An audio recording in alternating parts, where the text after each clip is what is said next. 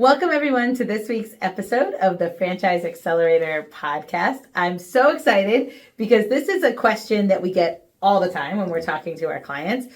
And we really want to dig into giving you a good answer because this is such an important time of year. So the question that we're going to answer is it worth continuing to invest in my business? So in other words, what's the return on the investment, whether it's, capital expenses or new locations, whatever that is. The big question that we get all the time is, what do I really get out of continuing to grow? And I think it's such an important time of year to be looking at this because we're getting close to year end. Everyone's starting to look at 2024. But our answer really is to go bigger than that. Right? Not that a 12-month budget isn't important, but to answer that question, we really have to go to a 3-year plan. So keep in mind that this episode is the first of 3 where we're really going to be digging into how can you create a 3-year plan? Because I think when you go 3 years and then look backwards, you can have some great answers to this question. So, Chris,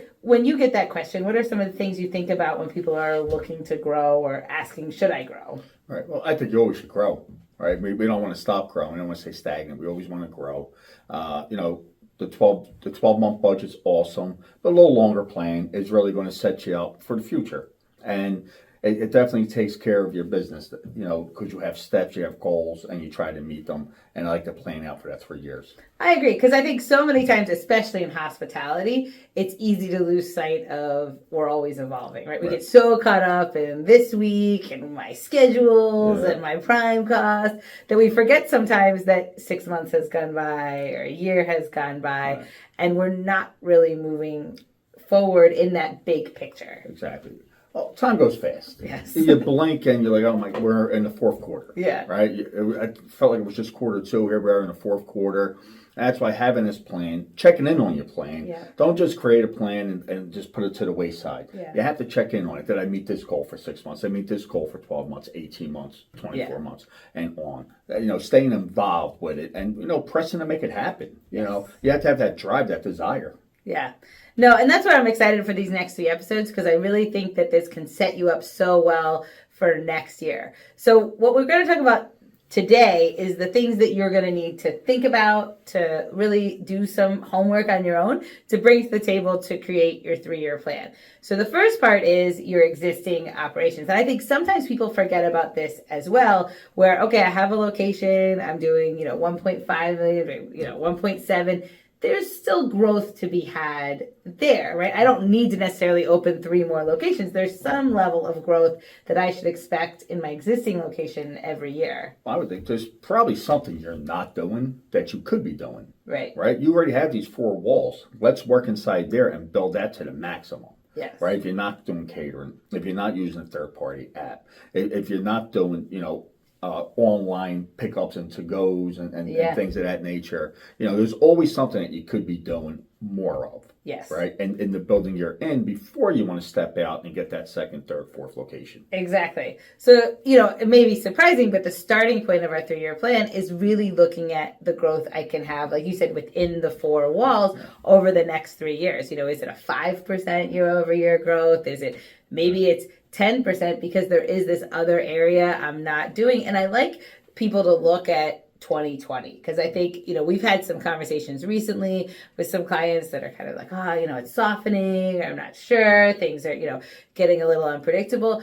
I like to remind everyone of all of the things that you came up with in 2020 to find revenue streams that never existed before, right? I mean, hand sanitizer movement, right? So when we look at the 4 walls, we kind of want to look outside of the box, right? You could have, like you said, there could be a whole area of your business, catering. Maybe it's, social catering instead of corporate catering.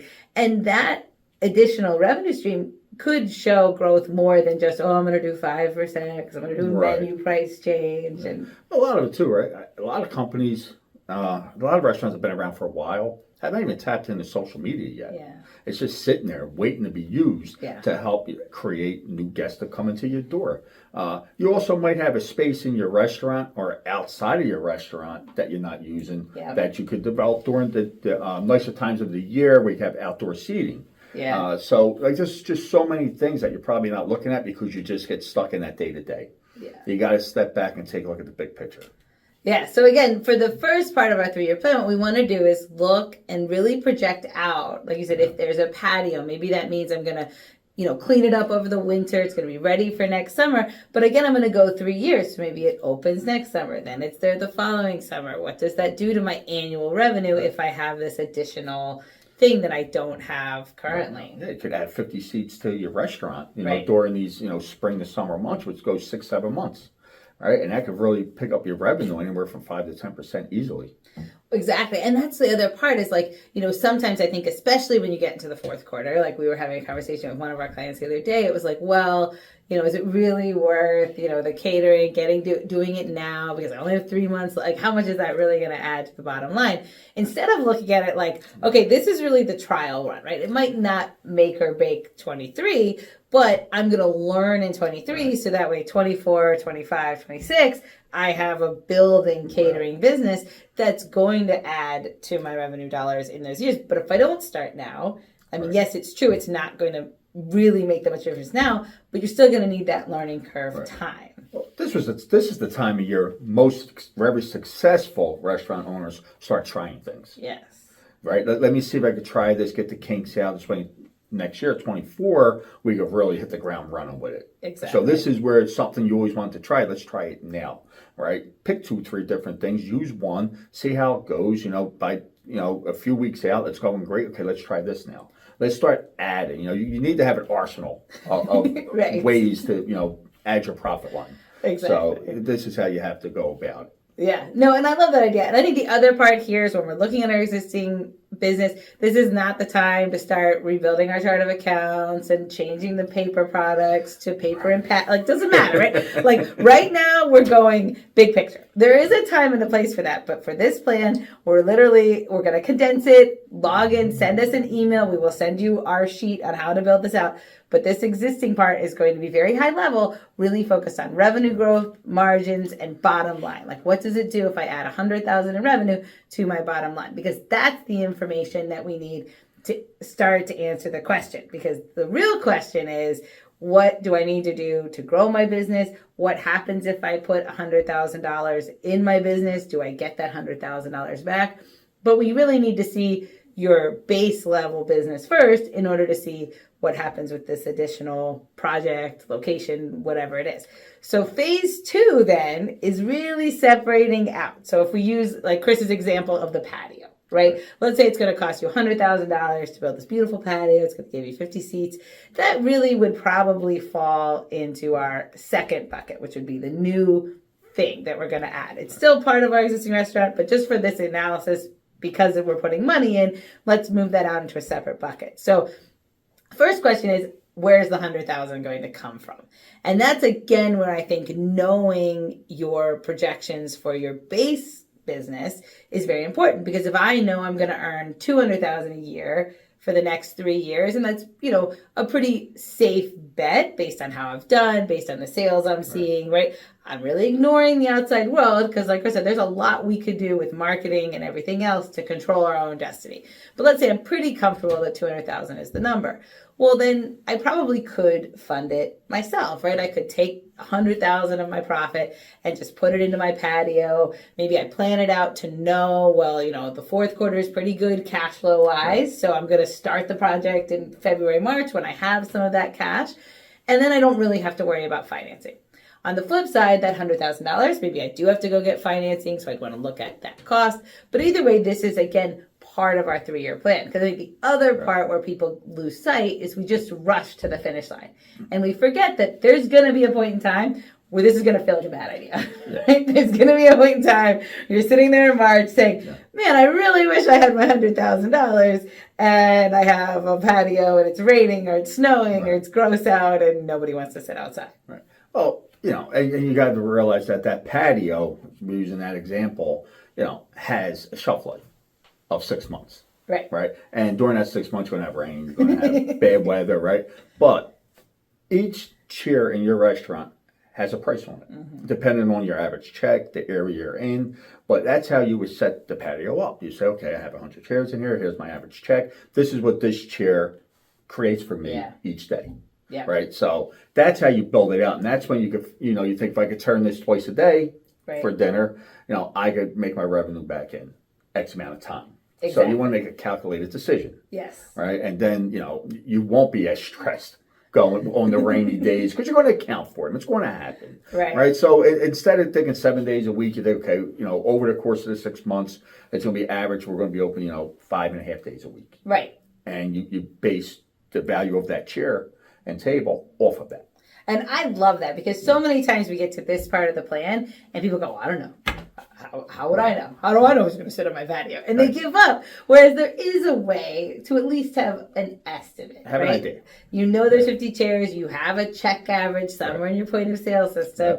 You said be conservative. Maybe it's half the week, half the year. Right. But either way, there would be a way to come up with some baseline number that we could feel a little confident in. You could work off of. Right. Yeah. And again, the other part of the 3-year plan is year one, we don't have to bank on it being a home run. Right. This is the first year, but then maybe year two, it grows by 20% because it was new the first year. So we are able to grow. And then maybe year three, we're throwing in some private events, we're throwing in some catering, and we're really able to, make it worth its while in our year. But being realistic to say it's probably going to take us a couple seasons to get that up and running. I think the big thing everybody's got to remember, a year is a short period of time, right? Everybody say, a year, my God, a year. A year is so short, so fast. Yes. Right? So you can't bank on that year of it being that successful. That's the growth period. Yeah. But going into year 2 and 3 is where you really see it start to snowball and pick up. Yes. And that's the mindset you have to have going in. 1 year is very short. It goes so fast. Yeah. Right? So, you plan on just working everything out, getting it out there, getting it known, making it the way you want it. And then years 2 and 3 is really where you see. Well, and exactly. And that's, I think, like you said, it's such an important thing to remember that it doesn't have to pay for itself in the first year, right? Like this is a long-term thing, which again, looking at the course of 3 years, by the end of 3 years, your business now has a lot more revenue, maybe better margins if we're able to do some catering out of it. And looking at now your new business, should have a much better bottom line and then really should show this return. But especially in things that are CapEx, new location to some extent, it's really hard to get into this like percentage of return of investment because really what you're doing is you're growing your business, right? And it's going to grow until the point that we value it again. But anything that you're doing like this, we're adding revenue, it is adding to the overall value of your business, but we want to do it strategically and look at, this new project, how long it's going to take to generate cash flow, to add value to the business, and then while you're not ignoring your existing business, because that's the other part of it is, this existing business still needs to hit those goals. It still needs to have its revenue. Absolutely. They go together. You don't just start working on a new project to forget about the one that's, your bread and butter. Yeah. Right? This is just another topping for it. Yes. Right? So you kind of got to work together and have that drive in both areas. One of the big things is people do go into a new project and forget about the existing bread and butter. Right. But you have to be able to work with both and don't be impatient with the new project. That's the biggest advice I think we could give is just don't be impatient with it. It will grow. If you do it right, it will grow. Yes. Yeah, and I think then the third piece is looking at what are some of the shared expenses, especially the patio example where you're still in your existing location. But even if it were a second location standalone, what does that do to your brand overall? Do you need a new manager? Do you need more advertising? Is this the first of 5 new locations? So we want a training program, right? Thinking about all of that will really help us look over the next 3 years. What am I going to have to pay for that I'm not currently paying for or pay more for, right? Software, things like that. Yeah. But then on the flip side, I should be more profitable. So what does that look like as well? Well, you definitely should, right? If you open a second location, I'm hoping you're more profitable. But the way to do it, right, is before you even open it, you have people in your existing training, being ready to go into that restaurant, knowing the way everything's supposed to be, the way you do things, have them trained, have managers trained. And when you step into that, make it seamlessly. Yeah. Right? But, if you have 2 locations and you're doing the same thing, you have to do the same thing. Yeah. Right? You have to keep it consistent between both. Yeah. Yeah, and that's where I think looking at these apart from each other, but then ultimately what it does overall, what does it do to your cash flow? Again, let's say you had to borrow $100,000 to get the project open. In year 3, are you able to pay that back? All of these things, thinking about them now before you do it will really help make sure that as you're growing, as there's stress, as there's, overwhelm with the project being delayed, that we still know that there's a plan and we know that it's going to work at the end of the plan. Yeah. Well, it's the same thing back to the patio, right? If you open that second location, how many tables and chairs do I have? How many bar stools do I have, right? How many times? Okay, so average check at my restaurant is X. So come over here, I'm going to use the same X. And how many times do I have to flip this during dinner to make what we need to be profitable? And that's what you focus off of, and that's where you drive it through social media. And you can track your revenue that way. You can know, well, I already have on the books, I'm flipping this 3 times tonight, so that's awesome. So now all your other, your third party, your catering, all that is just a bonus. Yes. Right? That's even more. That's more revenue for you. So you have to have that plan. You got to think it out. You got to know what you could, what the value is in your restaurant. Yes, I agree. And I think also, one thing that we forget as if you're independent sometime or a franchisee sometimes is having that expectation, right? If you're going to invest $100,000 or $500,000 for a new location, that you have a certain expectation of the revenue it's going to do, and almost sort of a non-negotiable, because if done right, if your managers are involved from the beginning, if the marketing plan is there, if you've done your homework to make sure that's a good location, then there's no reason you can't expect a certain level from the first day you open, and then just build that into your plan moving forward. That's the way it should be done. Yes. Right? That's the way it should be done. And just the big thing is having that plan, and in order to achieve it, you have to drive it. Yeah. You can't just put this plan in place and say, I want to make X amount of dollars in Q1 of my first restaurant and sit back and hope it happens. Right? There's steps we have to take. We have to be involved. Hope our management team is out there doing what they need to do. Our bartenders, our servers, everybody's doing their part, our kitchen staff. And that's going to show your value. Yes. If you have all that and that's rolling right, your value is going to come in, you're going to hit your goals, and you're going to keep succeeding. I agree. And ultimately, these are your dollars, right? You have invested a significant amount of money into the new project or the new location. And I think so many times when it starts to not work out, it's, the architect took too long, or the contractor didn't do this right, which is true, right? All of that happens. But you, like you said, I love the thought of you have to drive it. Right? You have to be the squeakiest of squeaky wheels, pushing it to deliver on what your plan is. Because it's not that the plan was wrong. Right. It's that we didn't demand the execution of the plan. Exactly. That's what happens. And like you said, a lot of times with the construction part, they are going to fall behind. They're going to be terrible. Right. But if you're not the guy driving, they're going to fall behind even further. And every time they fall behind, it does cost you revenue. Yeah. So that's where you want to be on the forefront of that. You want to be the one driving that. You don't want the manager at the restaurant driving that. Yeah. That's you. Yeah. That's your financial situation right there. Because every month they fall behind, that's more revenue you just lost. So drive it. Yeah. And even in the opening, right? Like if you're opening this new location and you're the face of the brand, like you need to be there, right? You got to be the one to make sure that customer gets the best service from day one, that everything is meeting your expectations, that we're not just like cutting corners.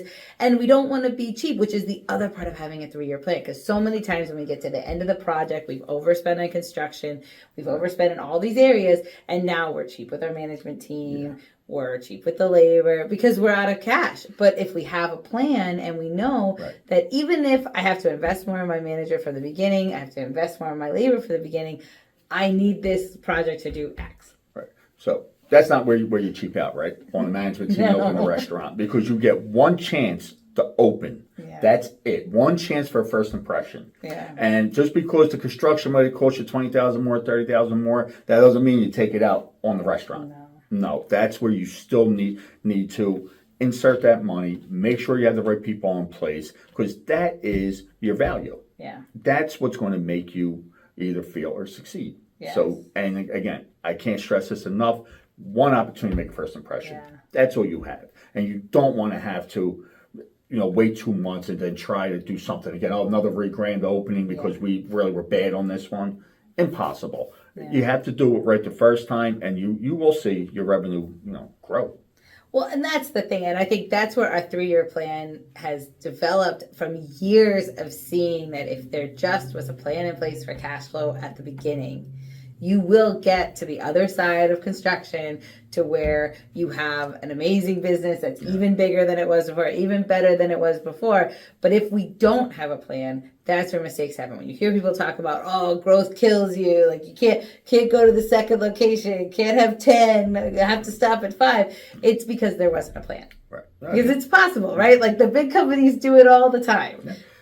Well, yeah, they do. I mean, if you didn't succeed at it, you didn't do it right. Yeah. Right? Because if you have locations that are working, that means as you went on, you just tried to do it differently. Yeah. And you did try to, cheap out on it.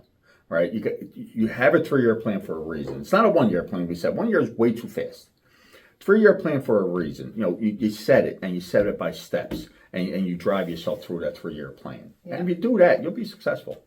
Yeah, so I really encourage you to work with us over the next 3 weeks as we build out your 3-year plan. Because wherever you are in your business stage, whether it's I want to be out in 3 years, I want 3 more locations, and whatever it is, I promise you will see incredible value when you start from year 3 and look backwards to today. Because time goes fast, like Chris said, but we really believe that you can control your own destiny in any economic climate, anything, by following this plan. So your homework for this week is kind of simple. Going to probably take a little bit of work, but what you're going to do is you're going to first look at your existing location. Again, not getting lost in the operating expenses, but look where you are over the last 12 months, right, as a place to start, and then really focus on what that looks like for the next 3 years. So if you want to do calendar years, starting with January 1st, 24, however you want to do it, but 3 years of what are the ways I could grow my business? What is the profit going to be for my existing business? And then the second thing is, what are the other things I want to do? Is it existing investment in my current location? Is it a new location? Is it exiting, right? Like, is it, I want to have less time in the business, so I need to invest in a management team, right? What are those other projects that you want to do? And then ultimately, where does that put you in year 1, year 2, and year 3? So if you send us an email, we will definitely send you our Google Sheet, which is all set up and ready to go. And we will talk through this on next week's episode.